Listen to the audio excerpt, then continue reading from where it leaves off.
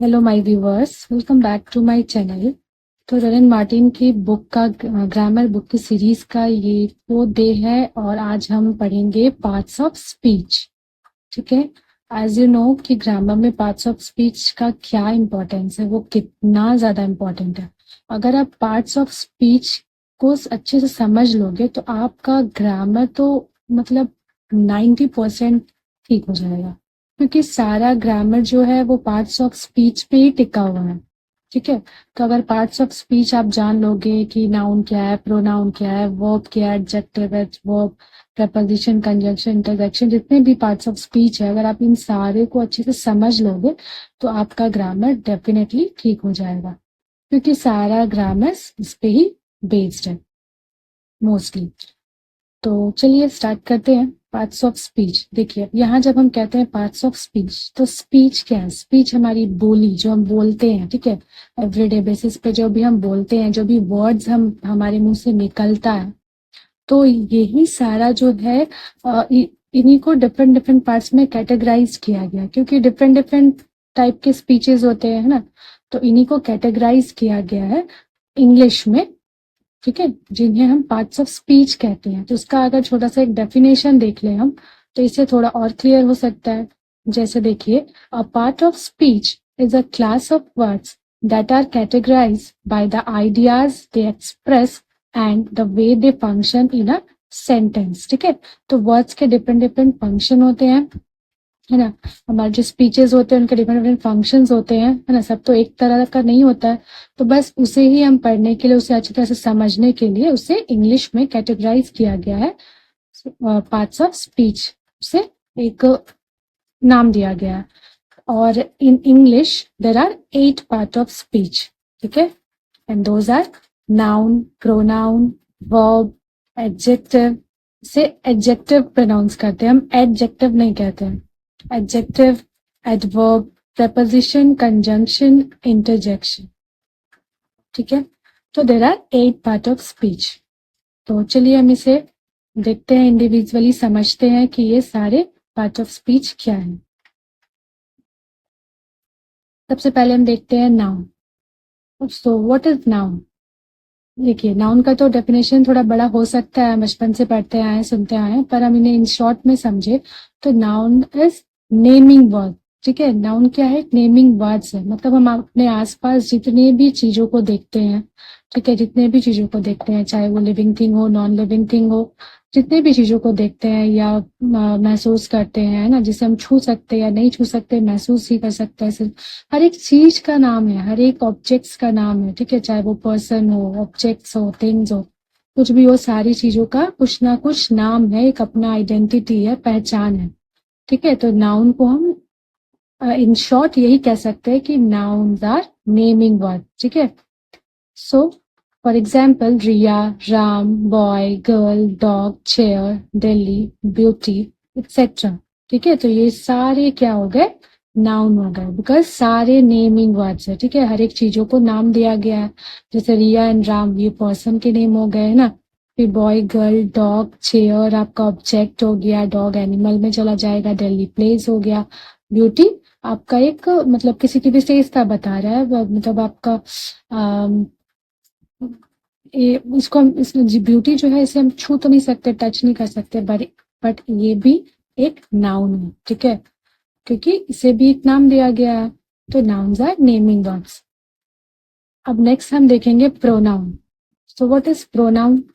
A word used instead of a noun. ठीक है, noun की जगह पे जिस वर्ड को हम यूज करते हैं सेंटेंसेस में, ठीक है, हमारे स्पीचेस में, सेंटेंसेस में, उसे ही हम प्रोनाउन कहते हैं। एग्जाम्पल से समझते हैं। Riya is absent today because she is ill. ठीक है, देखिए यहाँ पे Riya is absent today because she is ill. अब यहाँ जो सी है ये किसकी जगह यूज किया गया है? रिया की जगह, है ना, बिकॉज हम अपने सेंटेंस में एक ही चीज को ऐसे रिपीट तो नहीं कर सकते, रिपीटेशन अच्छा नहीं लगता है सेंटेंसेस में।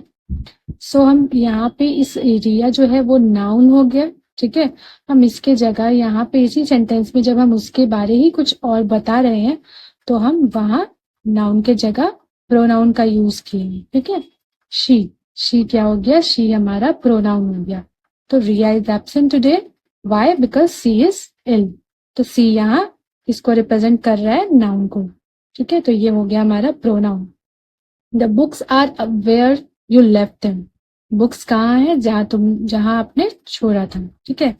तो यहाँ पे प्रोनाउन हमारा क्या हो गया? देखिए यहाँ पे प्रोनाउन हो गया देम, ठीक है। ये हमारा प्रोनाउन हो गया। ये किसको रिप्रेजेंट कर रहा है? द बुक्स को, ठीक है। तो बुक्स हमारा यहाँ पे नाउन हो गया और नाउन को रिप्रेजेंट कर रहा है यहाँ प्रोनाउन। प्रोनाउन यहाँ पे क्या है हमारा? देम, ठीक है। आई होप आपको समझ आ रही होगी। चलिए नेक्स्ट पार्ट ऑफ स्पीच में चलते हैं और नेक्स्ट है हमारा एडजेक्टिव। एडजेक्टिव में देखिए एडजेक्टिव किसे कहते हैं? तो वर्ड्स दैट क्वालिफाई और डिस्क्राइब अ नाउन और अ प्रोनाउन, ठीक है। किसी नाउन और प्रोनाउन को जो डिस्क्राइब करता है उन वर्ड्स को हम कहते हैं adjective. For example, she is a beautiful girl, ठीक है। She is a beautiful girl. तो यहाँ हम इस गर्ल की विशेषता बता रहे हैं कि वो क्या है? ब्यूटीफुल है। तो यहाँ ब्यूटीफुल हो जाएगा हमारा एडजेक्टिव, ठीक है। ब्यूटीफुल हो जाएगा हमारा एडजेक्टिव, ठीक है। गर्ल कैसी है? तो ब्यूटीफुल है। ब्यूटीफुल हो जाएगा हमारा एडजेक्टिव। फिर है दे आर सैड, ठीक है। तो दे आर सैड, यहाँ पे हमारा हो जाएगा ये एडजेक्टिव, ठीक है। अब नेक्स्ट देखते हैं verb. What is verb? Words that express an action, event और स्टेट, ठीक है। ऐसे वर्ड्स जो एक्सप्रेस करते हैं किसी एक्शन को। एक्शन से हमारा मतलब है यहाँ जैसे आपको उससे पता चले कि वहां कुछ एक्टिविटी हो रही है, कुछ एक्शन हुआ है, कुछ एक्टिविटी हो रही है, तो वो वर्ब कहलाएगा। या कुछ इवेंट हो रहा है और कोई स्टेट है, ठीक है। स्टेट ऑफ मतलब जो भी स्टेटमेंट्स आप दे रहे हो तो वहां पे भी वर्ब यूज होता है।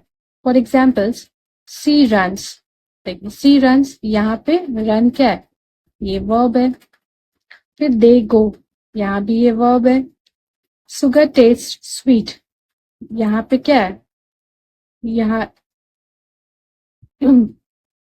यहाँ पे ये टेस्ट क्या हो गया?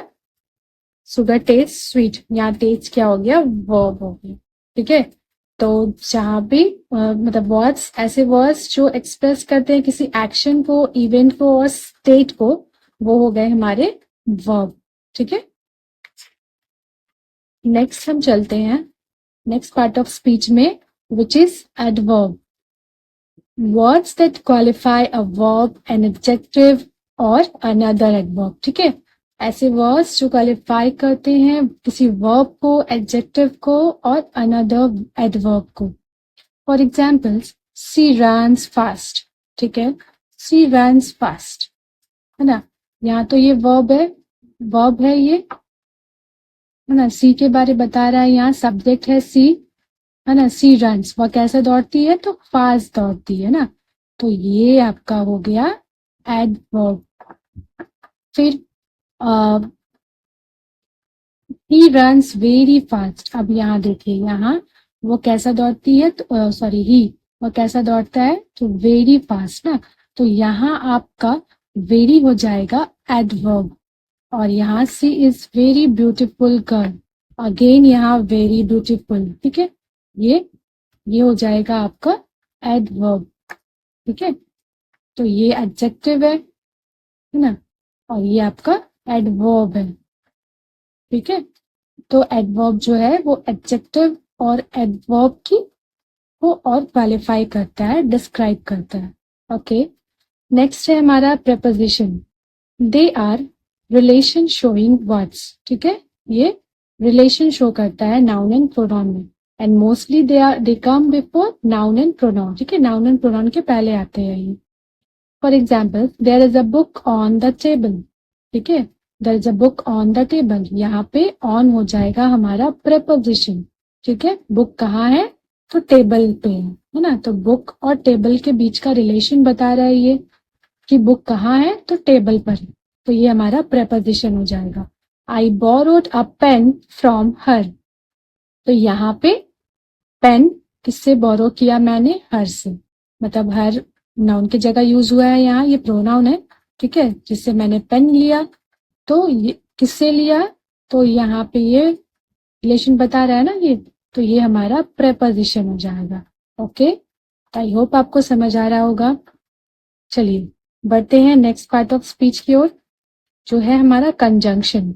कंजंक्शन क्या है, सिंपली से देखें तो ये है ज्वाइनिंग वर्ड्स। ओके, ये टू वर्ड्स और टू सेंटेंसेस को ज्वाइन करता है। Okay, for examples, two and two make four. देखिए यहाँ पे two and two make four, दो और दो मिलकर चार बनते हैं ना, तो यहाँ एंड हो जाएगा, ये टू वर्ड को ज्वाइन कर रहा है, यहाँ एंड हमारा हो जाएगा कंजंक्शन। ओके, ये हो जाएगा conjunction. My car is 15 years old but still drives beautifully. और यहाँ पे देखिए ये दो सेंटेंसेस को, यहाँ पे ये दो सेंटेंसेस को ये बट ज्वाइन कर रहा है ना, तो यहाँ क्या हो जाएगा, ये बट हमारा हो जाएगा कंजंक्शन। ओके, नेक्स्ट है and last part of speech है इंटरजेक्शन।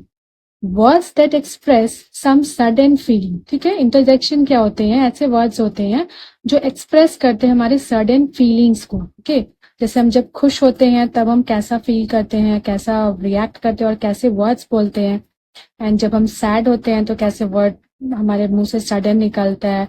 तो ये सारे इंटरजेक्शन वर्ड्स होते हैं। ठीक है, जैसे for example, hurray, we have won the match. ठीक है, जब बहुत खुशी का टाइम है, हम लोग कोई मैच जीत गए तो हम ऐसे करते हैं ना, hurray we have won the match. तो यहाँ पे हुर्रे क्या है हमारा, ये हमारा है इंटरजेक्शन। ठीक है, ये हमारा इंटरजेक्शन है। और फिर नेक्स्ट देखिए, wow it is so lovely.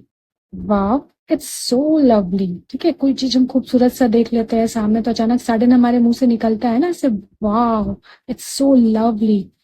तो यहाँ पे ये जो फीलिंग्स निकल कर आ रहा है, ये वाव, ये हमारा हो गया इंटरजेक्शन। ठीक है, और भी इंटरजेक्शन होते हैं लाइक अल्लाह, तो इसका यूज हम जब बहुत सैड होते हैं, दुख के टाइम में ये होता है। ठीक है, ये वर्ड बोला जाता है। फिर उप्स एंड ओ ना, ये तो ये सारे इंटरजेक्शंस है।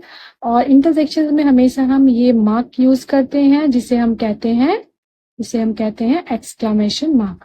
ओके, तो आई होप आपको ये पार्ट्स ऑफ स्पीच का ये वीडियो मेरा समझ में आया होगा। आप इसे पूरा अच्छे से देखो तो आपको श्योर समझ में आया होगा। और अगर मेरी वीडियो आपको थोड़ी भी हेल्पफुल लग रही हो तो प्लीज मेरे चैनल को सब्सक्राइब कर ले, चैनल पे बने रहें ताकि ये कंप्लीट सेशन आप देख पाओ। तो मैं मिलती हूँ आपको नेक्स्ट वीडियो में, नेक्स्ट चैप्टर पे, and till then take care, bye bye.